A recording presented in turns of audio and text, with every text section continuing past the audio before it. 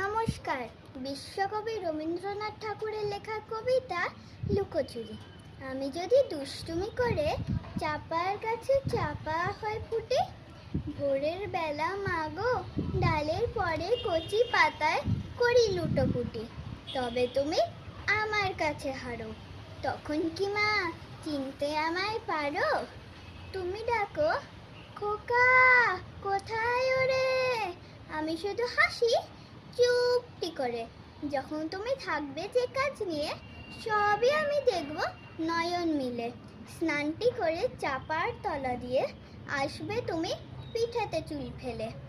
এখান দিয়ে পুজোর ঘরে যাবে, দূরের থেকে ফুলের গন্ধ পাবে।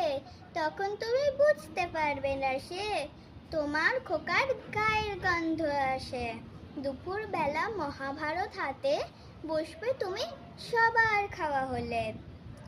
গাছের ছায়া ঘরের জানালাতে পড়বে সে তোমার পিঠে কোলে।